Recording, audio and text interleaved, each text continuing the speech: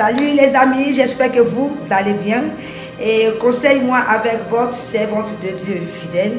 Et aujourd'hui, nous verrons deux instructions qui vont sauver votre mariage. Et ces deux instructions sont données par le Seigneur. Vous savez, la Bible déclare que c'est Dieu qui a créé le ciel et la terre. Et lui, Dieu, il a créé l'homme. Et lui, Dieu même qui connaissait l'homme, qui connaissait la femme, il a donné deux instructions pour le mariage. Et quand ces deux instructions sont respectées, c'est rare que vous allez voir un mariage instable. Voilà. La Bible nous dit dans Éphésiens 5, le verset 22. Femmes, soyez soumises à vos maris comme vous l'êtes au Seigneur, car le mari est le chef de sa femme. Et très souvent, les femmes n'aiment pas trop ce verset, mais laissez-moi vous dire que c'est la vérité. Aujourd'hui, les hommes ne cherchent pas des femmes aussi belles, des femmes qui ont de l'argent, des femmes, je ne sais pas, mais ils cherchent des femmes qui sont soumises. Un homme cherche une femme qui va le respecter, une femme qui sait l'honorer, une femme qui sait l'aimer, une femme qui est douce. Et ce que les hommes recherchent aujourd'hui. Souvent, les femmes pensent que la soumission, ça veut dire qu'on est inférieur aux hommes. Non. La soumission ne veut pas dire ça. La soumission, c'est respecter son mari, obéir à son mari. La soumission, c'est la douceur, c'est honorer son mari. Vous voyez, la soumission ne veut pas dire que tu es inférieur. Non, ou tu n'as pas de valeur. Voilà, peut-être les femmes comprennent mal cela. Ça ne veut pas dire que être soumis à son mari ne veut pas dire que tu es inférieur ou bien tu n'as pas de valeur. Non. Tu as de la valeur et tu n'es pas inférieur à ton mari. C'est juste que ce sont des ordres qui ont été établis pour que le mariage puisse réussir. Et il faut respecter cela.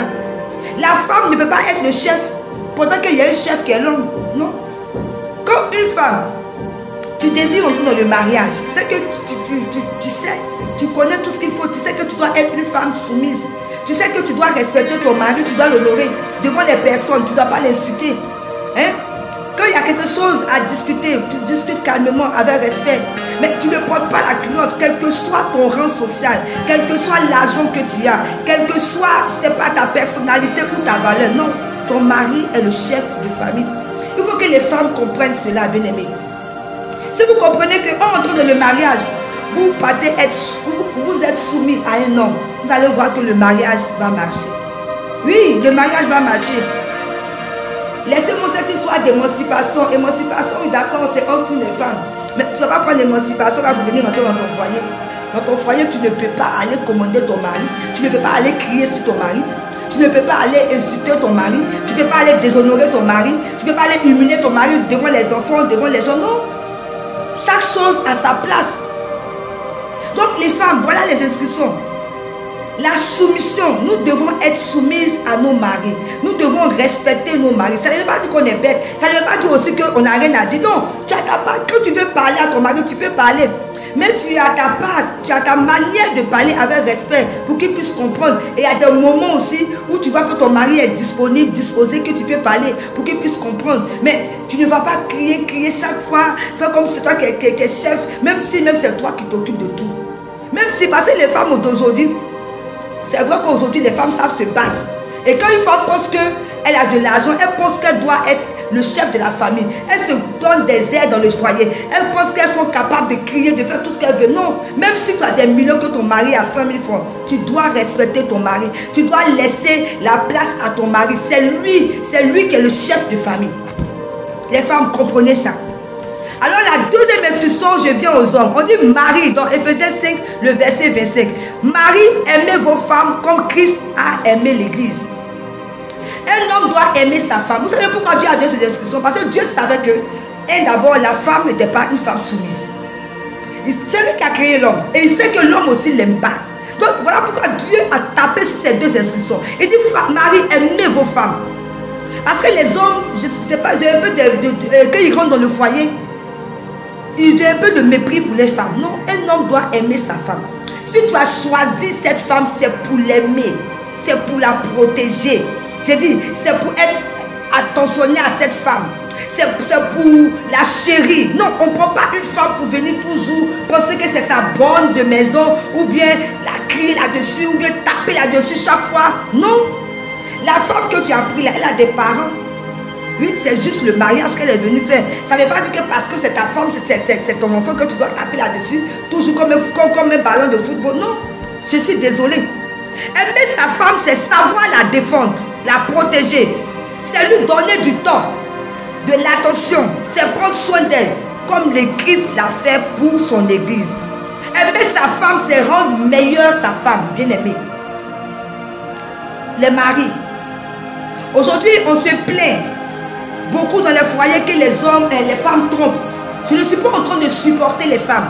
Mais ne pensez pas que lorsqu'on marie une femme, elle est une statue dans la maison. Non. Quand tu maries une femme, c'est pour valoriser cette femme. Tu ne peux pas épouser une femme et puis maintenant sortir avec tes copines au dehors. Non. Ou bien lorsqu'il y a une réunion, tu prends ta copine pour aller à la réunion. Ou bien lorsque tu vas en mission, tu laisses ta femme à la maison, tu vas en mission. Tu es un homme qui voyage beaucoup, prends ta femme par moment et voyage avec elle. Oui. Parce que le problème c'est quoi? La femme, les femmes là, Dieu nous a créés comme ça. Nous c'est l'amour. La femme aime comme on la complimente. La femme aime l'attention. Elle aime se sentir aimée. La femme aime quand tu lui donnes du temps. Non, tu ne peux pas dire que tu es marié et puis tu n'as pas le temps. Oui, tu sais, tu peux être un homme d'affaires, mais créer ton temps. C'est que quand tu n'es pas là, tu n'es pas là, d'accord. Mais quand tu es là, tu laisses tout le temps à ta femme. Tu peux être un serviteur de Dieu et puis créer ton temps, donner du temps à ta femme. Parce que aussi les femmes de pasteurs souffrent parce que leur mari n'a pas le temps pour elles. Ne nous blaguons pas, hein, ne nous blaguons pas. Un homme doit aimer, chérir sa femme, doit complimenter sa femme, lui faire des cadeaux. Je dis, nous les femmes, c'est pas à faire des... Et on pense que oui, c'est vrai, l'argent, oui, les femmes, on aime l'argent, oui, c'est pas ça qui importe. Si tu es une femme, même si tu n'as rien que tu as attentionné, tu es toujours là pour elle, pour l'écouter, tu es toujours là pour l'aimer, la complimenter. Elle sent que tu es là, tu la respectes, tu la protèges. Je dis, elle ne va pas te tromper. Je ne dois pas désespérer tromper là, c'est un péché. Je n'encourage pas les femmes à tromper. Mais je vous dis pourquoi les femmes vous trompent aujourd'hui, pourquoi les femmes sont infidèles. Parce que les hommes d'aujourd'hui n'aiment pas, ils ne sont pas attentionnés. Les hommes d'aujourd'hui pensent qu'une femme c'est une décoration. Non, une femme ce n'est pas une décoration. La femme est faite pour être aimée. La femme est faite pour être chérie, pour être chouchoutée. Oui, il faut t'attentionner. Quand la femme sait que tu es capable de donner pour elle, elle aussi elle est capable de tout faire. Nous les femmes, pour un homme qui nous aime, pour un homme qui est attentionné, on est capable de déplacer une montagne pour cet homme-là. Parce qu'en réalité, lorsqu'on dit que c'est l'homme qui est le chef de famille, c'est vrai que c'est lui qui est le chef de famille, mais c'est la femme qui gère la maison. C'est tout un parti, c'est la femme qui éduque les enfants. C'est la femme qui prépare la nourriture, qui lave les habits, qui prend soin de la maison. Oui, le Seigneur nous a donné cette capacité, nous les femmes. Nous sommes dotés de plusieurs capacités. Le Seigneur nous a bâtis. Il dit oui, il faut respecter une femme. Donc, Marie, aimez vos femmes. Je vous parle aujourd'hui, aimez vos femmes. Si vous avez regardé des milliers de femmes et vous avez dit que celle-là c'est mon épouse, oui, il faut l'aimer, il faut la cajoler, il faut la chérir parce qu'elle mérite l'attention, parce qu'elle mérite d'être aimée, elle mérite d'être chérie. Parce que c'est elle qui fait tout pour toi à la maison, qui prend soin de toi. Donc voilà un peu, ces deux instructions, il faut les respecter. Lorsque vous rentrez en couple, si vous respectez cela, femmes, soyez soumises, mari, aimez vos femmes. Il n'y aura pas de problème. Chacun à sa place. Il y a de l'ordre dans le foyer. Vous verrez qu'il n'y aura pas de problème. Soyez donc bénis. Et je reviens avec les conseils. De temps en temps, je ferai ces vidéos pour vous aider à parfaire vos couples. Voilà, que Dieu vous bénisse. À très bientôt, votre servante de Dieu fidèle.